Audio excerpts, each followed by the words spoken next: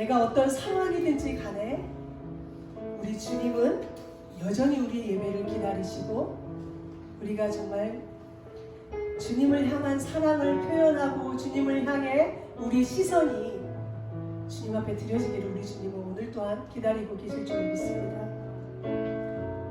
힘내시고 이 시간 정말 주님의 음성을 듣기에 근데 그 음성이 바로 뭐냐면 내가 너를 사랑한다. 내가 너를 사랑한다. 이 시간 이 예배 가운데 정말 그 주님의 음성을 우리 모두가 듣는 우리들이 됐으면 좋겠습니다. 이 시간 박수하시면서 기쁨의 찬양을 우리 주님 앞에 드리겠습니다.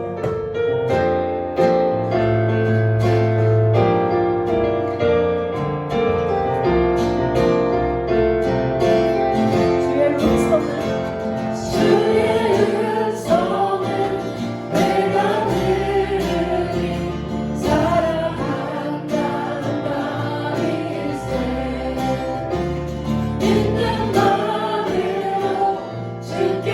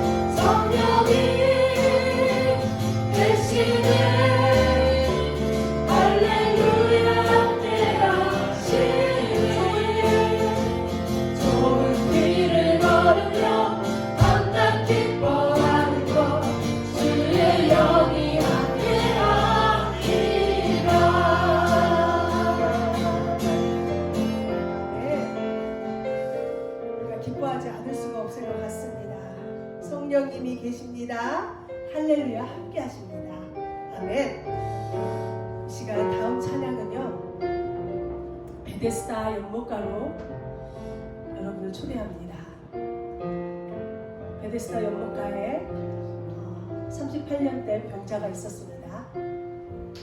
물이 동해야지만이 얼른 그 물에 들어갔을 때 병이 고쳐진다는 일 때문에 이 38년 된 병자는 움직일 수도 없고 누가 데려갈 수도 없고 그렇지만 많은 인파들이 그 물을 향해서 시선을 그쪽으로 향했을 때 예수님이 오셨음에도 불구하고 사람들은 예수님을 알지 못했습니다. 우리 주님이 이 38년 된 병자에게 얘기를 하죠. 내가 낫고자 하느냐? 일어나 내 자리를 들고 걸어가라. 아멘. 요한복음 말씀을 이렇게 보면 이 말씀이 있는데요. 여러분의 또 우리의 모두의 죄와 상처들이 많습니다. 네, 정말 이러한 죄와 상처들을 다 정말 떠안고 그 자리에 머물러 있지 아니하고 이 시간 주님 앞에 정말 나아갔으면 좋겠습니다. 주님, 나는 38년 된 병자입니다. 하지만 우리는 연약해서 아무것도 할 수 없지만 주님의 시선이 우리를 향한 주님의 시선은 이 시간도 어김없이 바라보고 계시는 여러분 잊지 않으시길 주님의 이름으로 축복합니다. 지금 이 찬양의 고백으로 우리 주님의 시선을 한번 느끼는 시간이 됐으면 좋겠습니다.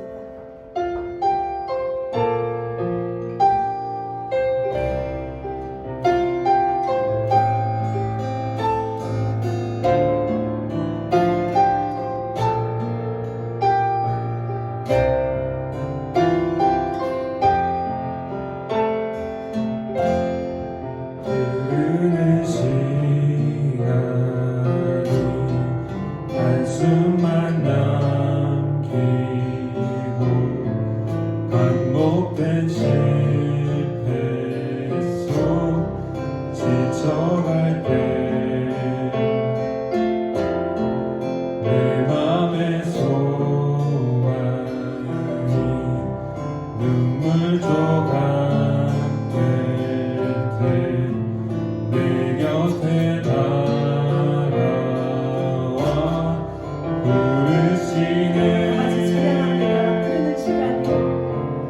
흐르는 시간이 한숨만 남기고 반복된 실패 속 지쳐갈 때 내 맘의 소망이 눈물 조각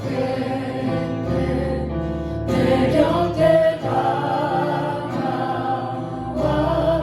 부르시네. 주님의 시선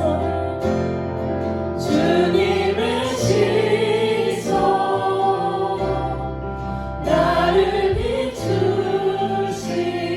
비추시고 상처난 내 맘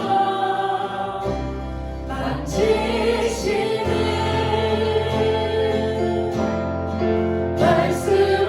말씀하시고 회복케 하시네.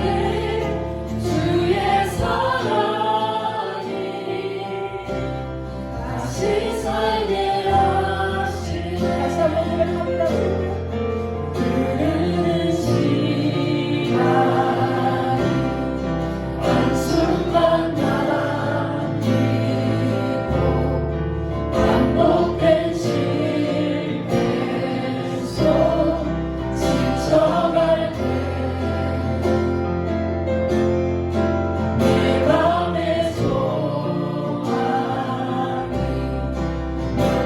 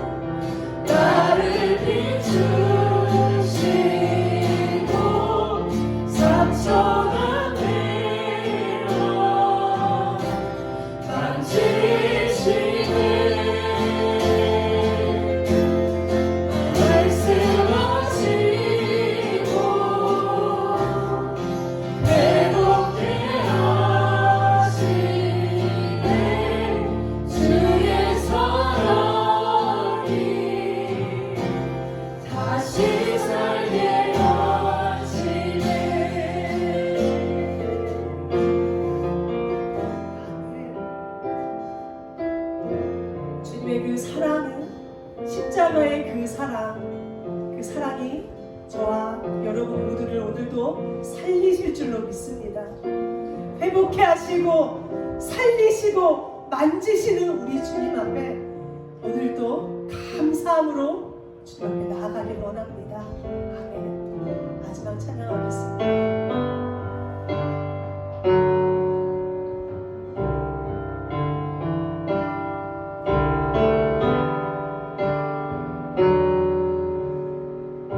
우리 주님 위대하십니다. 우리 주는 위대하며 능력이 많으시도다.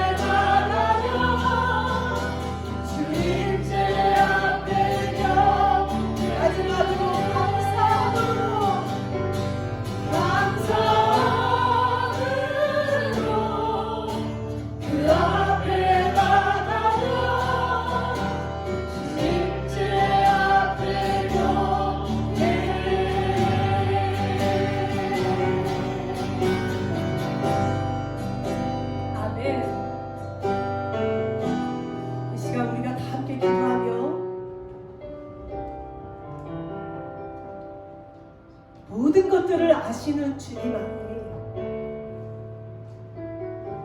38년 된 병자에게 왜 내가 낫고자 하느냐고 물어봤을까요? 다 아실 텐데 우리의 상처도 우리의 마음도 우리의 소원도 우리가 지금 어떤 생각을 하는지 어떤 마음인지 어떤 상황 가운데 있는지 다 아시는 주님이 네가 낫고자 하느냐,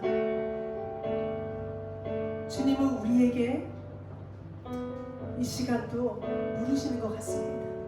예, 주님, 전능하신 하나님, 전능하신 그 예수님의 그 사랑 알면서도 늘 항상 그 안에 거하지 못하는 저희들,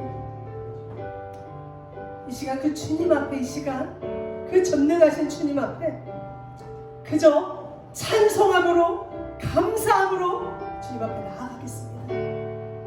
예, 주님, 감사의 고백이 더더욱 넘치기를 원합니다. 이 시간 다 함께 기도하며 우리 주님 앞에 나아가겠습니다. 하나님 주님 감사합니다. 우리 앞뒤 분들 옆에 분들과 서로 축복하면서 하겠습니다. 빛이 있으라. 빛이 있으라. 하나님의 영광의 빛이, 예수 그리스도의 생명의 빛이 우리의 심정에 가득가득 비추어지시기를 간절히 축원합니다. 요즘 날씨가 굉장히 무덥죠. 그래서 장마가 왔을 때는 비가 많이 와서 힘들고, 또 장마가 그치니까 날씨가 굉장히 무더워서 굉장히 힘든데, 항상 주님 안에서 건강 잘 유의하시고 하나님 안에서 건강한 복된 삶을 살아가시기를 간절히 축원합니다. 존 비비어 목사님이 쓰신 구원이라는 책이 있습니다. 이 구원이라는 책에 존 비비어 목사님이 자신의 간증을 적어 놓았습니다. 한번 들어보시기 바랍니다. 1980년대 말에 하나님은 내게 영적인 환상을 하나 보여주셨다. 끝이 보이지 않을 정도로 허다한 무리가 보였다. 인산인해였다. 그 그룹 안에는 무신론자들도 없고 소위 죄인들도 없고 다른 종교를 믿는 자들도 없었다. 모두가 예수님을 믿는 자칭 그리스도인들이었다. 이 무리가 심판대 앞에 섰다. 그들은 내 주인의 기쁨인 하나님 나라에 들어가라는 말씀을 예수님께 들을 줄로 알고 잔뜩 기대하고 있었다. 그런데 그 대신 그들에게 들려온 말은 불법을 행하는 자들아 내게서 떠나가라 였다. 그들의 얼굴에서 나는 극도의 충격과 공포를 보았다. 그리고 이어서 존 비비어 목사님은 이 책을 읽는 독자들에게 이렇게 질문하셨어요. 자신에게 있지도 않는 구원으로 안심하고 있는 당신을 상상할 수 있는가? 천국에 가는 줄로 철석같이 믿었는데 영원히 지옥불로 쫓겨나는 당신을 상상할 수 있는가? 당신 자신이나 설교자들이 여러분의 영원한 종착점을 너무 가볍게 여겼던 그 기억을 영원히 지옥에서 품고 살아야 할 당신을 상상할 수 있는가? 이렇게 존 비비어 목사님이 이 책을 읽는 독자들에게 물으시고, 또 비비어 목사님이 또 이렇게 이야기를 하셨죠. 어떤 집회에서 이런 진리의 말씀들을 전해야만 한 이유에 대해서 이야기를 하셨어요. 심판날에 단 한 사람이라도 왜 나에게 진리를 말해주지 않았소? 라고 소리 지르지 않기를 원합니다. 그들의 피가 나의 손에서 뚝뚝 떨어지고 있는데 말입니다. 의미심장한 비비어 목사님의 이 고백이 무엇을 의미하는지 이해하려면 사도행전 20장 26절에서 27절 말씀을 한번 들어보십시오. 이 말씀은 사도 바울이 에베소 교회 장로들에게 이야기한 내용이죠. 그러므로 오늘 여러분에게 증언하거니와, 여러분이 지금 에베소 교회 장로들이죠. 그러므로 오늘 여러분에게 증언하거니와 모든 사람의 피에 대하여 내가 깨끗하니 이는 내가 꺼리지 않고 하나님의 뜻을 다 여러분에게 전하였습니다. 사도 바울은 어떠한 환난을 당하나 무슨 역경이 있어도 오직 하나님의 뜻이 담긴 진리의 복음을 다 전하였다는 거예요. 그렇게 바울은 오직 진리의 복음만을 전하는 복음의 사명을 완수하였기에 혹이라도 바울 자신이 전한 진리의 복음을 받아들이지 못하여 구원받지 못하고 멸망당한 사람들에 대해서는 자신의 책임이 아니라고 말하고 있는 것입니다. 하나님의 말씀을 전해야 하는 목회자로서 이 말씀은 정말 태산 같은 무게로 짓누르는 엄중한 말씀이죠. 저 같은 목회자가 진리의 복음인 하나님의 말씀을 하나님의 뜻을 따라 제대로 전하지 못하여서 저에게 맡겨주신 영혼들을 지옥 불못에 떨어지게 만든다면 멸망당한 그 영혼들의 핏값을 주님께서 저에게 물으시겠다는 엄중한 경고의 말씀이기 때문입니다. 그래서 오늘 말씀을 전하는 저로서는 참으로 두려운 마음으로 이 강단에 서 있음을 고백합니다. 저도 이전에는 하나님의 뜻을 올바로 깨닫지 못하여 잘못된 믿음을 가졌던 적이 있기 때문이죠. 성경에서 말씀하시는 구원론을 정확하게 알지 못했던 거예요. 한 사람의 불신자가 어떻게 예수님을 믿고 구원받아 천국에 들어가는지에 대해 제 자신이 잘못 알고 있었다는 것입니다. 이전에 제가 갖고 있었던 구원론은 이러했습니다. 제가 지금까지 살아오면서 내 인생을 내 마음대로 살아왔던 그 모든 죄를 회개하고 나를 위하여 십자가에 피 흘려 죽으신 예수님을 구주와 주님으로 믿고 영접하면 보혜사 성령께서 내 마음에 오셔서 구원받은 하나님의 자녀로서 성령님의 인도하심을 받으며 살아가게 되고요. 그렇게 성령님의 인도하심과 돌보심을 받으며 날마다 죄와 싸워가고 하나님의 뜻에 순종하는 삶을 살아가려고 그렇게 애를 쓰다가도 때로는 죄에 넘어지고 불순종할 때마다 회개하고 다시 믿음으로 나아가는 삶을 지속해야 하는 거죠. 이렇게 날마다 두렵고 떨림으로 구원을 이루어나가는 과정 안에서 자기 자신을 부인하며 자기 십자가를 지고 가는 훈련을 통하여 믿음의 성숙을 이루어가며 예수님의 제자로서의 삶을 살아가게 된다는 거였어요. 지금 제가 말씀드린 구원론에 대해 여러분들은 어떻게 생각하시나요? 복음적으로 별 문제가 없어 보이시나요? 그러면 이 문제는 잠시 보류해놓고 우리 자신의 모습을 우리 믿음의 생활에 대해 잠시 생각해 보겠습니다. 우리가 예수님을 믿었지만 여전히 변화되지 않는 자신의 모습을 보고 답답했던 경험들이 있었을 것입니다. 성경에서는 항상 기뻐하라, 쉬지 말고 기도하라, 범사에 감사하라, 이는 그리스도 예수 안에서 너에게 향하신 하나님의 뜻이다. 이제 너희들은 예수님을 믿고 빛의 자녀가 되었으니 모든 착함과 의로움과 진실함에 빛의 열매를 맺어라. 게다가 사랑과 희락과 화평과 오래 참음과 자비와 양성과 충성과 온유와 절제, 이 성령의 열매를 맺어야 한다고 말씀하시죠. 그런데 믿음 생활을 1년, 2년, 5년, 10년, 20년을 해도 이러한 성경 말씀과는 상관없는 삶을 살아가는 모습에 때로는 낙심이 되고 참담한 마음이 들 때가 있었을 것입니다. 그럴 때마다 내가 기도를 간절히 안 해서 이런 삶을 사는 거야.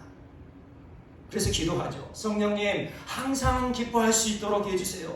범사에 감사하게 해주세요. 빛의 열매를 맺게 해주세요. 단 한 가지의 성령의 열매라도 맺을 수 있도록 은혜를 베풀어 주세요. 저를 변화시켜 주세요. 간절히 기도한 적 없으셨나요? 만약 기도하셨다면 기도했더니 응답 받으셨나요?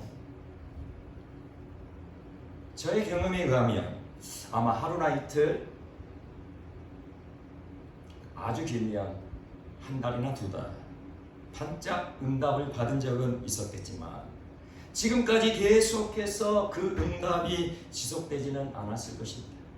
그러니까 어쩌다 한 번씩은 기쁘고 감사할 수 있었다는 거예요. 그런데 항상 기쁘지는 않죠. 모든 일에는 감사가 안 돼요.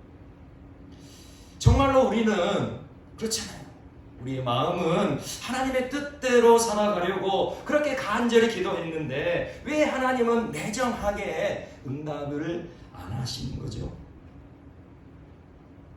혹시 우리의 기도가 잘못된 건 아니었을까요? 예를 들면 어떤 사람이 급성 맹장염에 걸려서 복통이 일어나요. 그래서 집에 있는 진통제를 얼른 찾아서 먹었어요. 좀 낫나 싶더니 또 아파와요. 또 진통제를 먹었어요. 근데 이번에는 더 아파요. 이번에는 무슨 음식을 잘못 먹었나 싶어서 약국에 찾아가가지고 식중독 약을 사가지고 먹었어요. 근데 약을 먹어도 아무 소용이 없고 이제 배가 끊어지듯 통증이 심해요. 요즘 맹장염은 그리 큰 병이 아니죠. 그런데 이 맹장염을 방치하면 수술도 못하고 죽게 되잖아요. 그러니 처음 배가 아팠을 때 어떻게 해야죠? 병원에 가야죠. 그리고 전문의의 진단을 받고 맹장염 수술을 바로 했다면 며칠 있다가 건강하게 퇴원할 것입니다. 마치 우리의 기도가 이런 경우라면 어떨까요? 하나님께서 응답을 해주고 싶으셔도 할 수 없는 것이죠. 우리가 항상 기뻐하지 못하고 범사에 감사하지 못하고 성령의 열매를 맺지 못하고 우리의 성품과 본성이 철저히 변화되지 못하는 이유는 우리가 기도를 안 해서가 아니라 우리가 거듭나지 못했기 때문이죠. 그러므로 우리의 기도는 무엇이 되어야 합니까? 근원적인 문제를 해결해 주시라고 기도해야 되지 않겠습니까? 맹장염에 걸린 사람은 병원에 가서 수술을 해야 하듯 우리의 영혼이 거듭나게 해주시라고 간절히 기도했어야 하는 것이죠. 더 정확히는 물과 성령으로 거듭나게 해주시라고 기도해야 하는 거예요. 요한복음 3장 5절입니다. 예수께서 대답하시되 진실로 진실로 내게 이르노니 사람이 물과 성령으로 나지 아니하면 하나님의 나라에 들어갈 수 없느니라. 무슨 말씀입니까? 우리가 물과 성령으로 거듭나야만 구원받고 천국에 갈 수 있다는 주님의 엄중하신 말씀이시죠. 이제 우리의 구원론을 다시 점검해 보겠습니다. 우리는 반드시 물로 거듭나고 성령으로 거듭나야만 구원받고 천국에 들어갈 수 있음을 명심하시기 바랍니다. 물로 거듭난다는 것은 무엇입니까? 물로 거듭난다는 것은 지금까지 내 인생을 내 마음대로 하나님 없이 하나님 무시하며 내 마음대로 살아왔던 그 모든 죄를 회개할 때 하나님께서 나에게 예수 그리스도의 의를 힘입게 하셔서 하나님께서 의롭다 여겨주신다는 거죠. 그때 우리는 하나님 자녀의 권세를 회복받게 되는 것입니다. 그리고 성령으로 거듭난다는 것은 무엇이죠? 성령으로 거듭난다는 것은 한마디로 내 마음에 성령님이 오셔서 영원히 내주하게 되신다는 것입니다. 흔히 우리가 성령을 받는다라고 말하죠. 바로 이것이 성령으로 거듭나는 것을 말해요. 성령을 받는다는 것은 바로 성령으로 거듭난다는 말과 동일한 의미라는 거죠. 그런데 우리는 어떻게 성령을 받을 수 있을까요? 예수님을 구주와 주님으로 영접한다고 고백하면 성령을 받게 되는 것인가요? 그렇게 성령을 받고 난 후에 성령님의 인도하심과 도우심을 받고 자기 자신을 부인하며 자기 십자가를 지고 예수님을 따라가며 믿음의 성숙을 이루어가는 것이 올바른 믿음이 맞나요? 제가 지금 말한 구원론이 맞는 구원론인가요?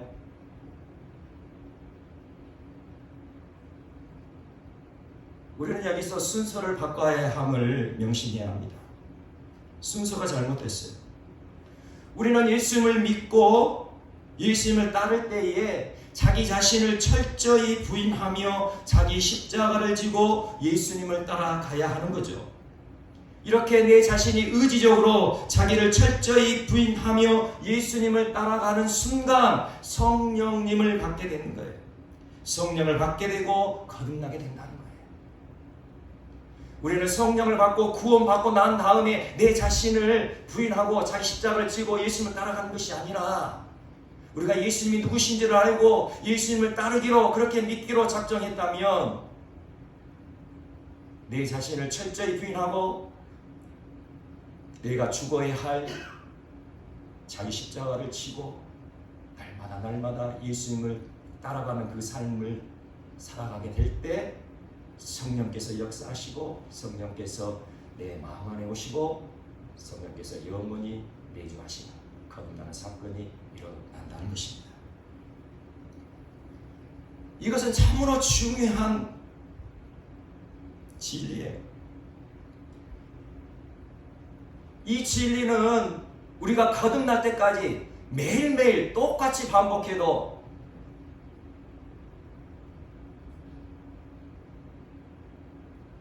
더 반복해야 할 진리의 말씀인 거예요.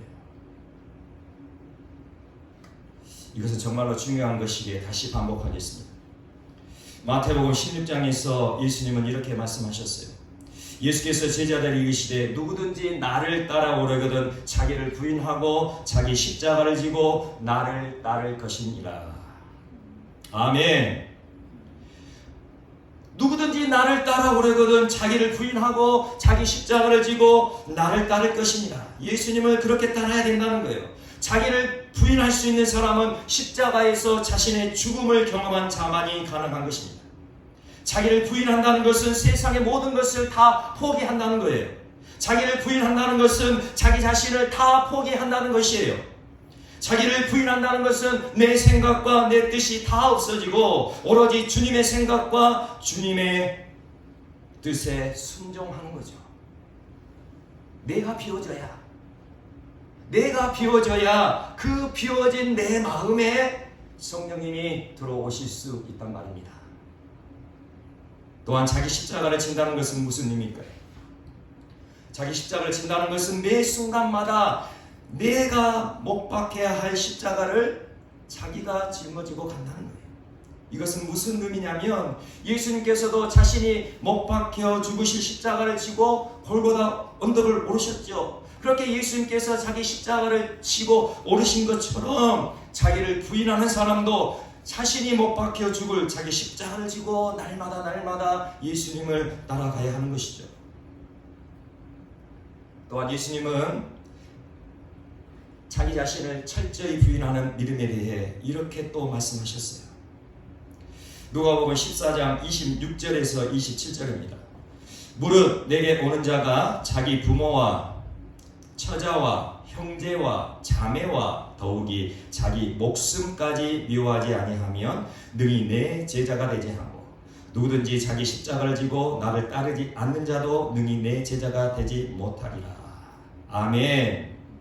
그러니 이 말씀은 누구든지 나를 따르거든 자기를 부인하고 자기 십자가를 지고 따라야 된다는 그 말씀과 동일한 의미죠. 그러니까 자기를 부인한다는 것이 무엇입니까? 자기 부모와 처자와 형제와 자매와 더욱이 자기 목숨까지 미워하는 것, 이것이 바로 자기를 부인하는 것이라 말씀하는데요. 그래서 그 뒤에는 동일하게 누구든지 자기 십자가를 지고 나를 따르지 않는 자는 능히 내 제자가 되지 못하리라. 그렇게 동일하게 말씀을 하고 있는 것이죠.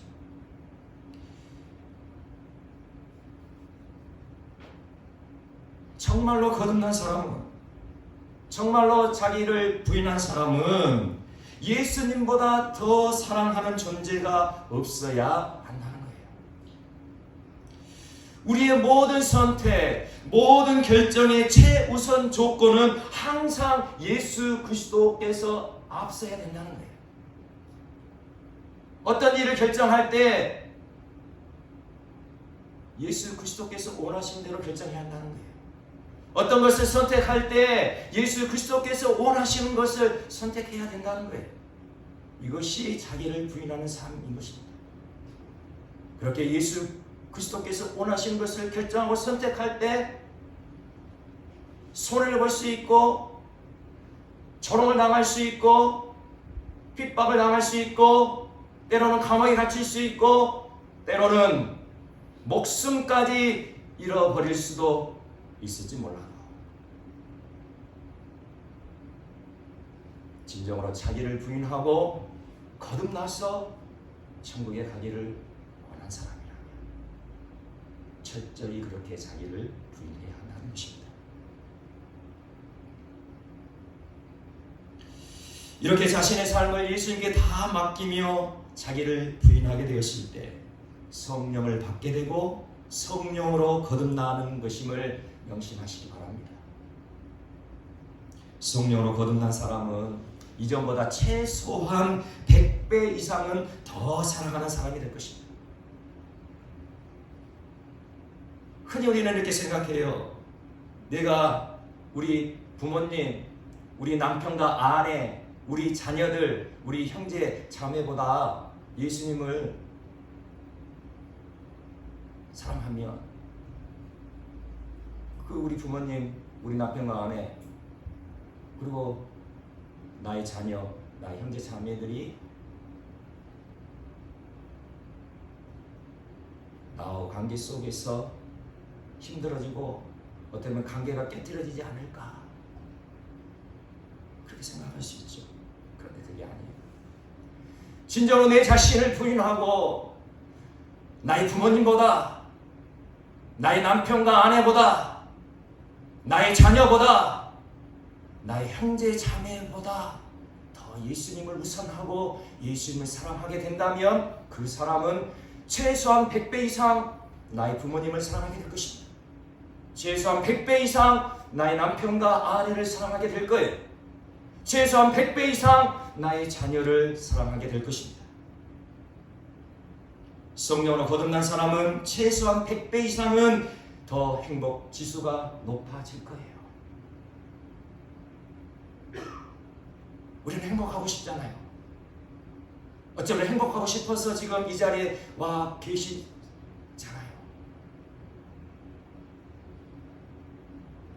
성령으로 거듭난 사람은 이전보다 최소한 100배 이상의 행복 지수가 높아진다는 거예요. 성령으로 거듭난 사람은 항상 기뻐하게 되고 모든 일에 감사하게 되고 모든 착함과 의로움과 진실함의 빛의 열매를 맺게 되고 게다가 성령의 9가지 열매를 맺게 되는데 어찌 더 행복하지 않을 수 있겠습니까? 사랑과 희락과 화평과 오래 참음과 자비와 충성과 자비와 양성과 충성과 온유와 절제. 이 성령의 열매는 성품의 열매예요. 우리 본성에서 열려지는 맺어지는 열매라는 거죠.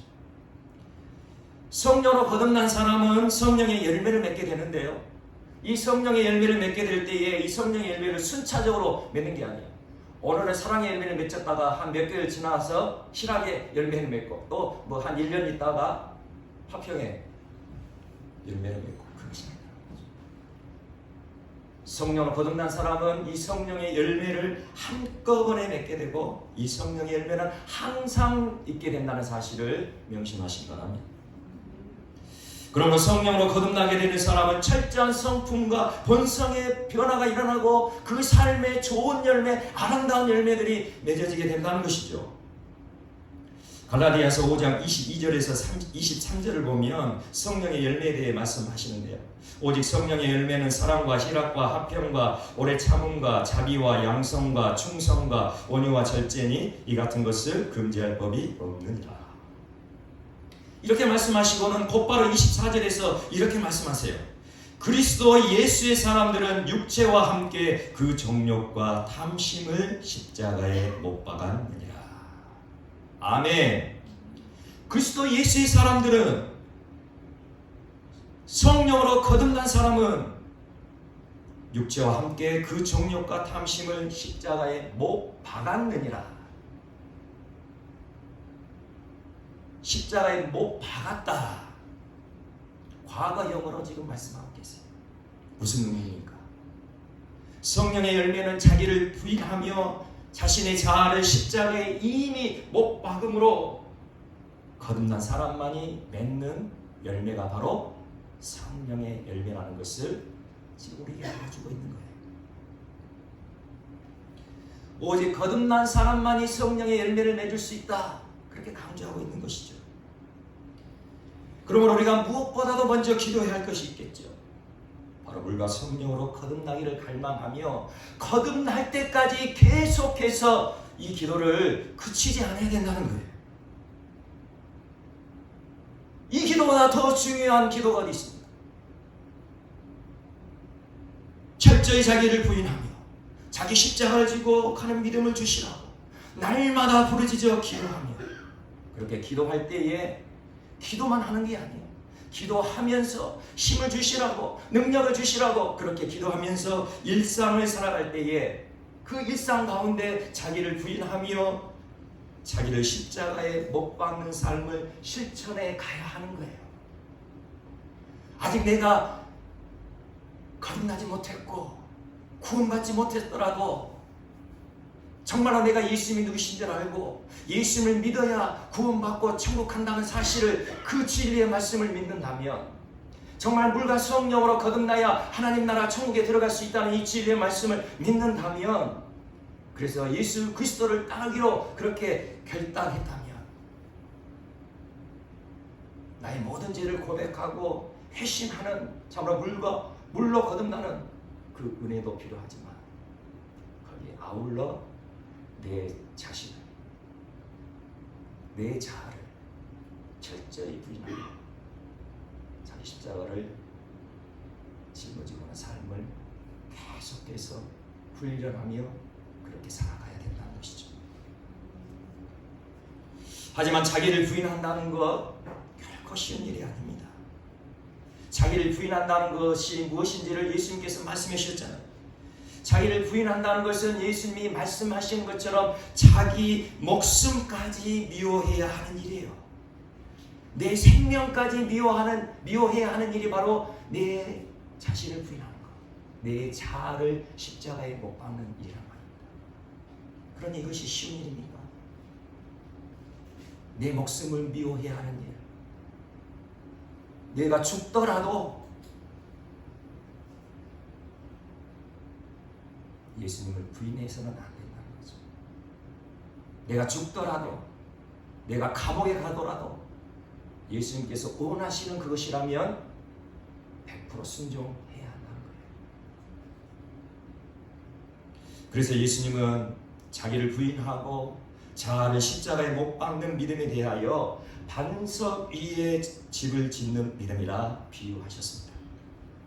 오늘 본문 말씀을 보면 모래 위에 지은 집이 있고요, 반석 위에 지은 집이 나오죠. 제가 모래 위에 지은 집을 묵상하면서 떠오른 생각이 있었어요. 모래 위에 지은 집, 그 생각하다가 요즘 무더위에 피서 많이 가잖아요. 그렇게 무더운 여름비에 휴가를 떠나서 바닷가 백사장에 텐트를 친 것과 같다는 깨달음을 얻게 되었어요. 모래 위에 지은 집, 백사장에 텐트를 치는 것과 같다는 거예요. 요즘은 텐트가 아주 쉽게 설치가 되는 것 같아요. 원터치 텐트 아시나요? 한번 펼치면 바로 텐트가 설치되어지니까 이 텐트 치기가 얼마나 편합니까? 그런데 폭풍과 몰려오고 파도가 한 번만 몰아쳐도 이 모래 위의 텐트는 한 방에 휩쓸려 가죠. 그런데 반석 위에 지은 집은 어떨까요? 이 반석 위에 지은 집, 단단한 기초 위에 튼튼한 기둥을 세우고 커다란 대들보를 올려 만든 집이에요. 튼튼한 기둥을 세우고 커다란 대들보를 올리려면 또 얼마나 많은 노력과 시간을 들여야 할까요? 하지만 그렇게 많은 노력, 많은 시간을 들였을지라도 한 번 반석 위에 세워진 집은 지진이 일어나도, 태풍이 불어도, 창수가 몰아쳐도 결코 무너지지 않는, 흔들리지 않는 믿음의 집이 된다는 사실을 기억하시기 바랍니다. 오늘 본문 24절에서 25절 말씀 우리 함께 보도록 하겠습니다. 24절에서 25절 함께 읽겠습니다. 시작. 그러므로 누구든지 나의 이 말을 듣고 행하는 자는 그 집을 반석 위에 지은 지혜로운 사람 같으리니 비가 내리고 창수가 나고 바람이 불어 그 집에 부딪히되 무너지지 아니하나니 이는 주추를 반석 위에 놓은 까닭이요. 아멘.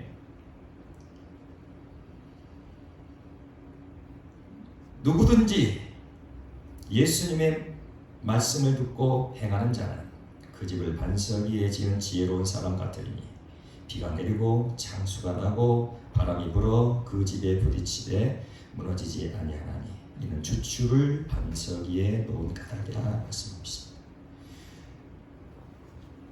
누구든지 주님의 생각, 누구든지 주님의 뜻에 따라 순종하는 삶을 살아가는 사람은 반석 위에 지은 믿음의 집을 세워가는 사람이라는 거죠. 물과 성령으로 거듭난다는 것은 결국 내 자신을 둘러싸고 있는, 자기 자신을 둘러싸고 있는 딱딱한 세상의 껍질을 깨고 나오는 지난한 과정임을 명심하시기 바랍니다. 도저히 깨뜨릴 것 같지 않은, 도저히 깨질 것 같지 않은 세상의 껍질을 깨고 나와야만 하는 거죠. 흔히 하는 말이 달걀을 남이 깨주면 후라이가 되고 자기가 깨고 나오면 병아리가 된다는 말이 있죠. 후라이가 된다는 것은 죽음을 의미하죠. 그런데 자기가 그 알을 깨고 병아리가 된다면 생명을 의미할 것입니다. 여러분들 혹시 그 병아리가 알을 까고 나는 모습 보셨나요? 그 작은 병아리가 알을 깨고 나오기까지 얼마나 그 작은 부리로 몸부림치며 딱딱한 그 껍질을 쪼아댔을까요? 생명으로 살아나려는 뜨거운 갈망이 그 일을 가능케 한 거죠. 또 알을 깨고 나온 병아리의 모습은 보면 어떻습니까? 제가 한번 이렇게 살짝 붙잡기만 해도 곧 바스러질 것 같은 그 여린 여린 병아리가 어떻게 알을 깨고 나왔을까 할 정도의 모습이죠. 이런 병아리도 알을 깨고 나올 수 있다면, 이렇게 연약한 병아리도 그 알을 그 작은 부리로 깨고 나올 수 있다면 우리도 얼마든지 세상으로 둘러싸인 껍질을 깨고 나올 수 있음을 믿으시기를 바랍니다. 하늘에 나는 새보다 들판에 피인 백합보다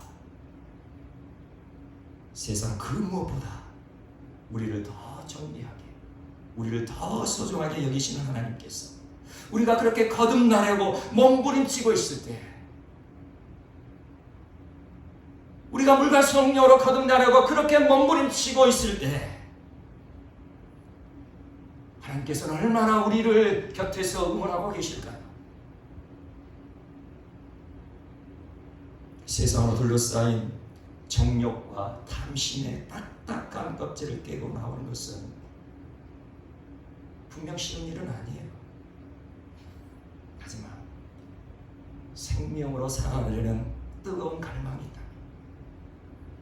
그 작은 병아리가 생명으로 살아나려고 그 작은 부리로 그 알을 쪼아대는 그 노력, 그 갈망이 있다면 반드시 우리도 정욕과 탐심의 그 딱딱한 껍질을 깨고 나올 수 있다는 거죠. 그 딱딱한 정욕과 탐심의 껍질을 깨어내고 우리도 거듭날 수 있다는 거예요. 이것을 믿으시기를 소망합니다. 소망합니다. 그 열이 여린 병아리도 그 딱딱한 알을 깨고 나오는데 우리가 못한다면 하나님께서 그렇게 운하시고 그렇게 옆에서 우리를 지켜보고 계시는데 우리가 그 딱딱한 껍질을 깨어 나오고 겁나지 못한다면 그것은 말이 안 되는 거예요. 그렇게 세상으로 둘러싸인 정욕과 탐심의 껍질을 깨고 나와야 바로 물과 성령으로 거듭난 사람이 되고, 그렇게 물과 성령으로 거듭난 사람만이 천국문 앞에서 환영받는 자가 됨을 믿으시기를 소망합니다. 우리 사랑하는 모든 영혼들은 결코 천국문 앞에서 쫓겨나는 그 공포와 충격에 휩싸이지 않으시기를 간절히 소망합니다.